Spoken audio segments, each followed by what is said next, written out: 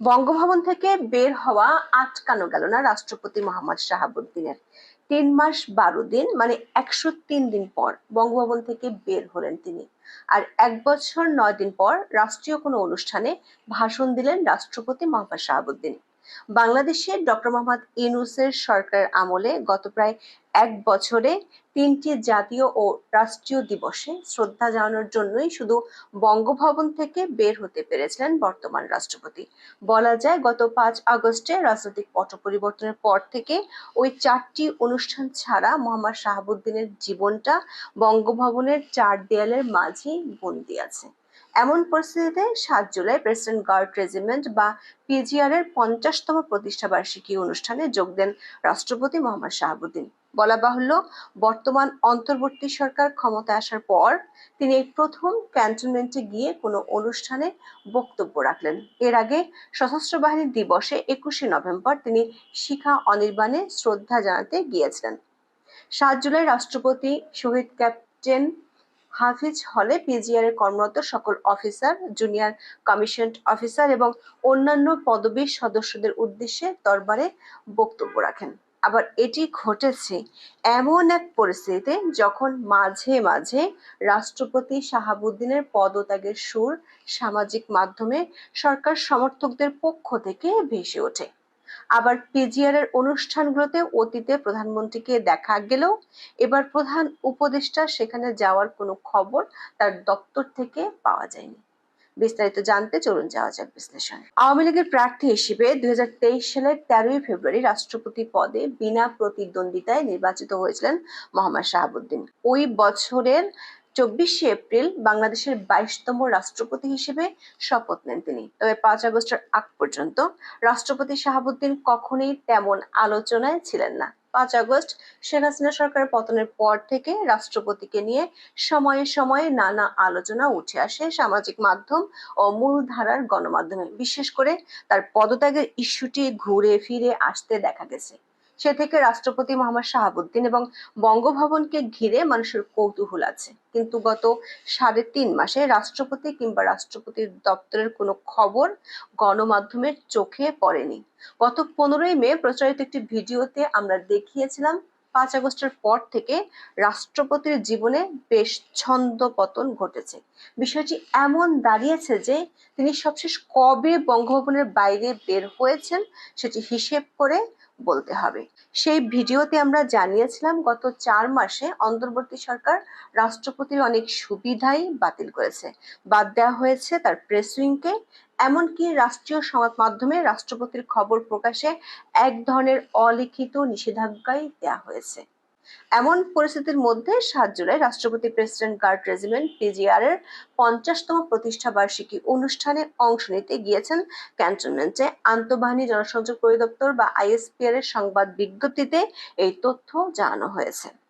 একাধিক গণমাধ্যমে প্রকাশিত খবরে আইএসপিআর এর বরাত দিয়ে বলা হয়েছে, প্রেসিডেন্ট গার্ড রেজিমেন্ট বা পিজিআর এর সদস্যদের সর্বদা নেতৃত্বের প্রতি অনুগত থেকে অর্পিত দায়িত্ব সুষ্ঠুভাবে পালনের জন্য নির্দেশ দিয়েছেন রাষ্ট্রপতি মোহাম্মদ শাহাবুদ্দিন। 1975 সালের 5 জুলাই স্বাধীন বাংলাদেশে গঠিত হয় প্রেসিডেন্ট গার্ড রেজিমেন্ট। প্রতিষ্ঠার পর থেকে পিজিআর রাষ্ট্রপতির নিরাপত্তা নিশ্চিত করার পাশাপাশি বিভিন্ন রাষ্ট্রীয় অনুষ্ঠানে গুরুত্বপূর্ণ ভূমিকা পালন করে আসছে। গণমাধ্যমগুলোর খবরে বলা হয়েছে, 50তম প্রতিষ্ঠাবার্ষিকী উপলক্ষে রাষ্ট্রপতি মোহাম্মদ শাহাবুদ্দিন সকালে পিজিআর সদর দপ্তরে পৌঁছালে তাকে অভ্যর্থনা জানান সেনাবাহিনী প্রধান জেনারেল ওয়াকারুজ্জামান এবং পিজিআর কমান্ডার। রাষ্ট্রপতি পিজিআর এর কোয়ার্টার গার্ড পরিদর্শন শেষে পরিদর্শন বইয়ে স্বাক্ষর করেন। পাশাপাশি তিনি এই রেজিমেন্টের অফিসার এবং জেসিওদের সঙ্গে কুশলাদি বিনিময় করেন। পিজিআর এর অনুষ্ঠানে সবচেয়ে গুরুত্বপূর্ণ ইভেন্ট হলো রাষ্ট্রপতির দরবার। রাষ্ট্রপতি শাহাবুদ্দিন শহীদ ক্যাপ্টেন হাফিজ হলে পিজিআর এ কর্মরত সব অফিসার, জুনিয়র কমিশনড অফিসার এবং অন্যান্য পদবীর সদস্যদের উদ্দেশ্যে দরবারে বক্তব্য দেন।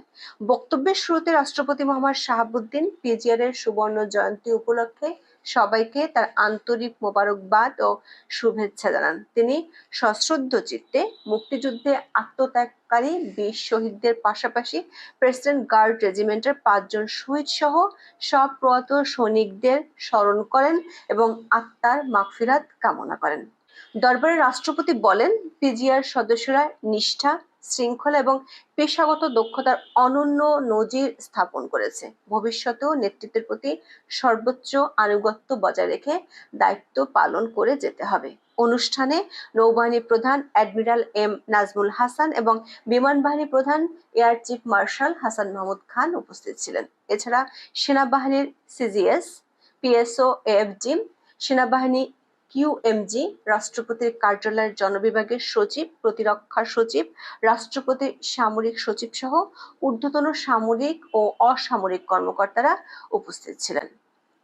দর্শক, রাষ্ট্রপতি মোহাম্মদ শাহাবুদ্দিন 2023 এবং 2024 সালেও পিজিআর এর বর্ষপূর্তি অনুষ্ঠানে দরবারে বক্তব্য দিয়েছিলেন। 2023 সালে সেনাপ্রধান ছিলেন জেনারেল এস.এম. শফিউদ্দিন আহমেদ, আর 2024 সালে বর্তমান সেনাপ্রধান জেনারেল ওয়াকারুজ্জামান। পিজিআর এর অনুষ্ঠানে রাষ্ট্রপতি যাবেন সেটি তেমন কোনো গুরুত্বপূর্ণ খবর হওয়ার কথা নয়, কিন্তু 5ই আগস্ট রাজনৈতিক পট পরিবর্তনের পর রাষ্ট্রপতি এবং বঙ্গভবনের জন্য নতুন পরিস্থিতি তৈরি হয়েছে।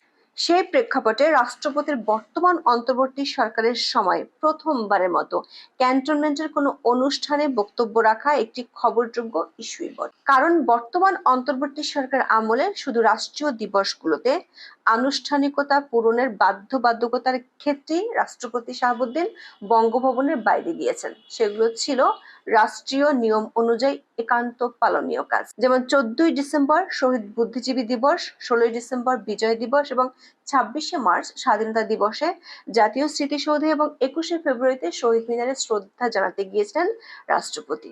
বর্তমান অন্তর্বর্তী সরকার আমলে রাষ্ট্রপতি এসব দিবস ছাড়া বঙ্গভবনের 4 দেয়ালের মধ্য থেকে বের হননি, বলা ভালো বের হতে পারেননি। তাহলে সব শেষ কবে আসলে রাষ্ট্রপতি কোনো রাষ্ট্রীয় দিবস ছাড়া বঙ্গভবন থেকে বের হয়ে কোনো বক্তব্য দিয়েছিলেন?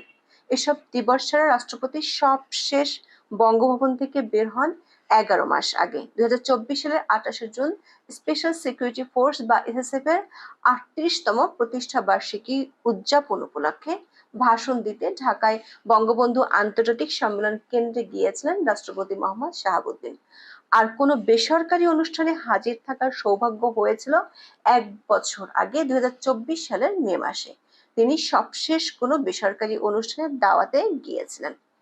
ওই দিন রাজধানীর ওসমানী স্মৃতি মিলনায়তনে 71-এর ঘাতক দালাল নির্মূল কমিটির 8ম জাতীয় সম্মেলনের উদ্বোধনী অনুষ্ঠানে ভাষণ দেন রাষ্ট্রপতি।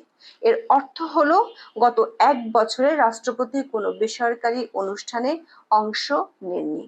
আর 1 বছর পর রাষ্ট্রপতি ক্যান্টনমেন্টে গিয়ে তার বক্তব্য দিলেন। এমনকি প্রধান উপদেষ্টা ডক্টর ইউনূস জাতীয় ঈদগাহে নামাজ পড়লেও রাষ্ট্রপতি শাহাবুদ্দিন ঈদগাহে নামাজ পড়তে যেতে পারেননি।